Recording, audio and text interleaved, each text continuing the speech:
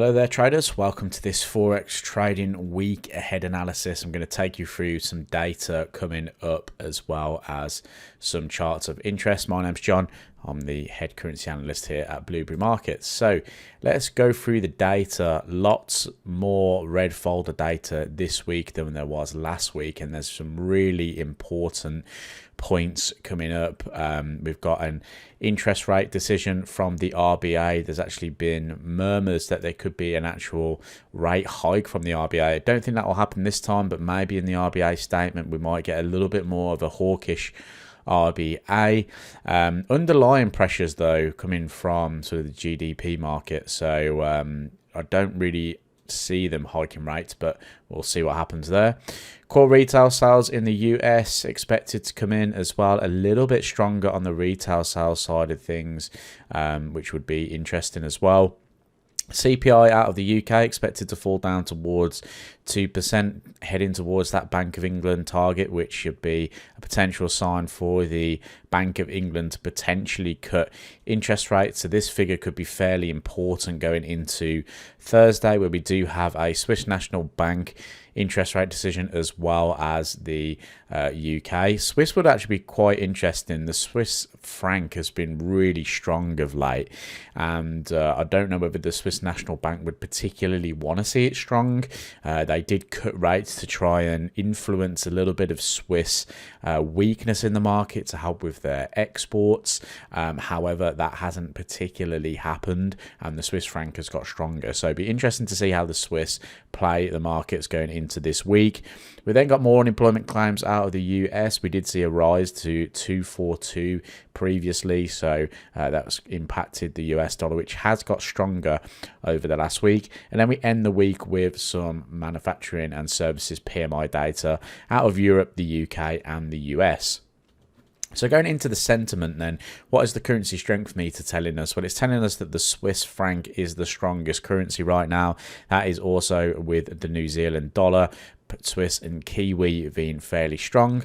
We've had a Canadian dollar which has gained a little bit of traction after coming into the reversal zone, as well as the Australian dollar. Euro, the weakest currency last week. You can see we were in the sort of positives on euro, and that has dropped completely now into this -6 area, which is a reversal zone, but we don't like to see that until we don't look for reversals until we get a pushback up on the currency strength meter. So going on to the US dollar index then, we had a very positive US dollar last week. We came and held these kind of 104 support levels, and the market has held this trend line support, held above that 50 weekly moving average as well, and the market looks to be pushing higher in line with the sort of short-term trend of the market. We felt that the market could hold around this 104. It has, and now it looks to be going to target areas of resistance. We've got the kind of 106 handle and above, and we've also got this 107, which I think would be the ultimate target for anybody trying to be a buyer of the US dollar right now. Going on to Euro US dollar then, so a couple of ideas going into this week. Obviously very bearish weekly candles last week and the previous week. This was really driven by the fact that we had that snap election call from Macron in France, and the political landscape of Europe right now in a little bit of dispute. So we're seeing a lot of volatility in the euro, a lot of downside pressure on euro stock market as well, feeling a lot of pressure.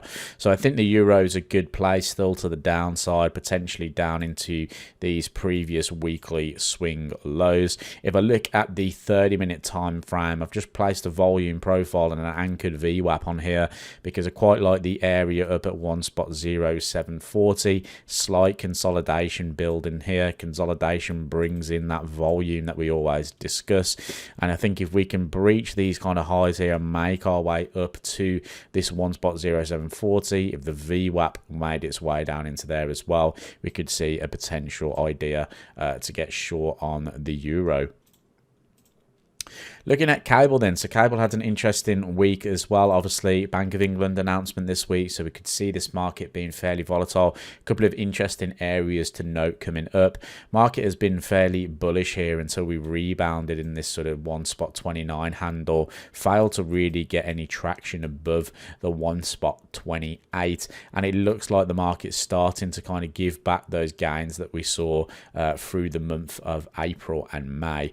And there's an area that I quite like in the sort of higher time frame perspective. We've got a break of this, what was a very strong resistance point in the market at 1.2635. That could potentially become a short-term support zone.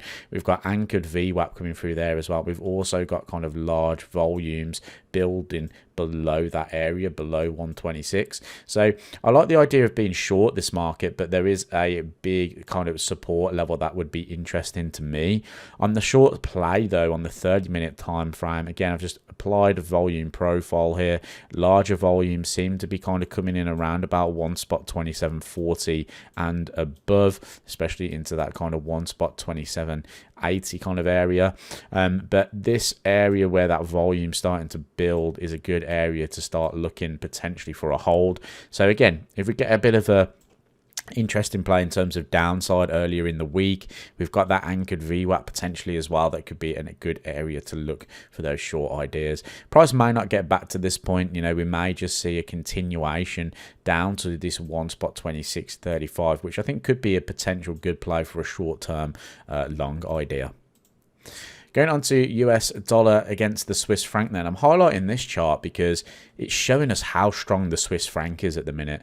The US dollar very strong at the moment. We saw that via the euro dollar price, pound US dollar price, and the dollar index. But look at dollar Swiss. Dollar Swiss still driving lower, down towards this larger volume zone, towards that 0.89, which we've spoken about for a while now. We liked shorts at 0.9 last week. That played out pretty nicely. Market came up into that area and rejected it. And I'm just going to show you why we like that area in particular, or if you were looking at shorts last week, how you could apply the shorts at least. We had this volume profile here, and this is why I tell you all the time, be looking for those consolidation zones.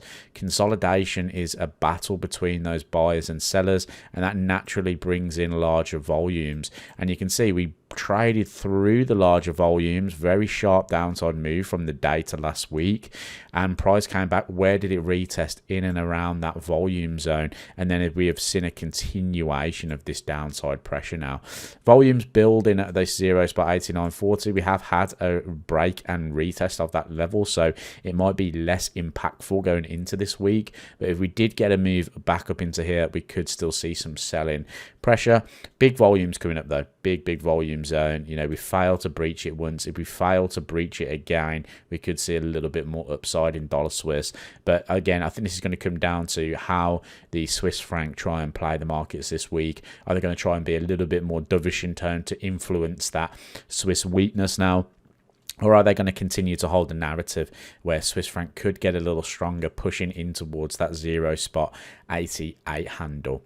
So let me know your thoughts in the comment section down below. Which chart was your favorite out of these?